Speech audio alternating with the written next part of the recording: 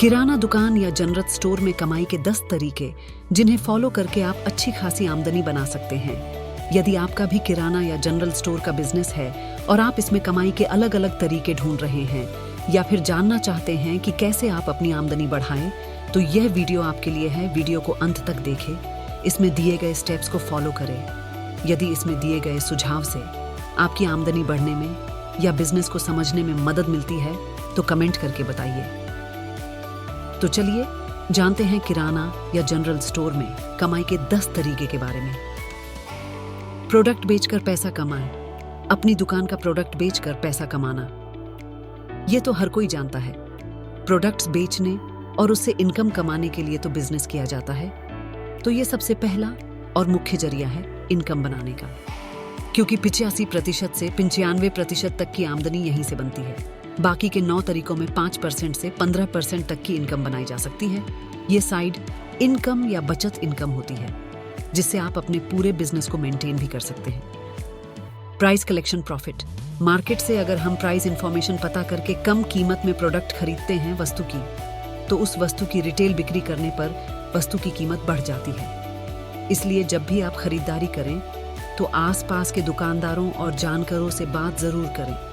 इससे आपको सामान खरीदने की सही लागत पता होगी और आप अपना मुनाफा कमाकर बेचने के लिए उतार सकते हैं। क्वांटिटी। प्रोडक्ट बेचकर तो कमाई होती ही है, लेकिन अगर हम सामान खरीदने में थोड़ा दिमाग और मेहनत लगाएं तो हम यहाँ से भी कमा सकते हैं। जब भी दुकान का सामान खरीदें, कोशिश करें कि होलसेल मार्केट से सामान उठाएं। होलसेलर से आपको सही दाम में माल मिल जाएगा, साथ ही आप इसे अपने मार्जिन के हिसाब से रिटेल भी कर सकेंगे। होलसेल में आपको बहुत अधिक लागत में अच्छा माल मिल जाएगा। तेजी मंदी की कमाई। बाजार में मंदी और उछाल आजा की अक्सर खबरें आती हैं। हाल ही में बड़ी इलायची के दाम आसमान छूने लगे हैं। ऐसे में अगर आपने पहले से ही बड़ी इलायची खरीद कर रखी हुई है और आप आज के दाम में मार्केट में बेचते हैं, तो आपके मार्जिन में बैठे बैठे उछाल आ जाता है। तो आप कुछ प्रोडक्ट्स में मंडी के टाइम भी कमाई कर सकते हैं। कूपन स्कीम या bumper target selling scheme. Selling बढ़ाने के लिए आपने अक्सर देखा होगा कि ऑफर आ जाते हैं, सामानों में छोटा मोटा या फिर भारी भरकम डिस्काउंट मिलने लगते हैं। ऐसे में आप भी अपनी दुकान की बिक्री बढ़ाने और ग्राहकों को आकर्षित करने के लिए कूपन स्कीम या फिर बम्पर टारगेट सेलिंग स्कीम ला सकते हैं। ये आपकी एक्स्ट्रा इनकम को बढ़ाने में मदद करेगा। ट्रैक से हटकर इनकम। कुछ ऐसे ग्राहक जो आपसे लगातार जुड़े हुए हैं, यानी विश्वसनीय ग्राहक है, जो आपकी शॉप से ही सामान खरीदते हैं। ऐसे में अगर उन्हें कोई अलग से सामान चाहिए या कोई ऐसे ब्रांड का सामान चाहिए जो आपकी शॉप पर नहीं है, तो आप उनका ऑर्डर लेकर उन्हें उनके मन का सामान लाकर दे सकते हैं। ऐसे में ग्राहक आप पर और विश्वास करेगा और इससे आपकी अपनी इनकम भी बन सकती है। खाली कट्टे है या बोरी से होने वाली आय। जब भी ग्राहक किसी शॉप से सामान खरीदता है तो दुकानदार का एक सवाल होता है, क्या आप अपने साथ कोई बैग लाए हैं जिनमें ये सामान पैक कर दूं?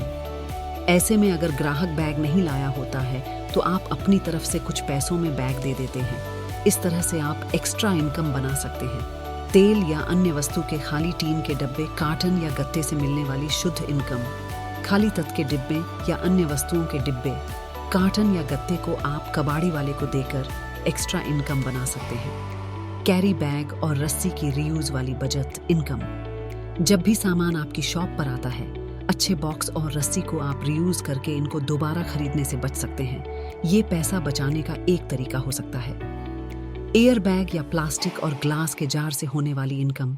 एयर बैग या प्लास्टिक और ग्लास के जार जो दिखने में अच्छे होते हैं, जिनका इस्तेमाल हो सकता है, कस्टमर को बेचकर आप इनकम बना सकते हैं। अक्सर इसके एयर बैग या प्लास्टिक और ग्लास की जार को देखकर कस्टमर बोलते हैं कि जब यह खाली हो जाए तो हमें दे दीजिएगा, तो आप इसका लाभ उठा सकते हैं।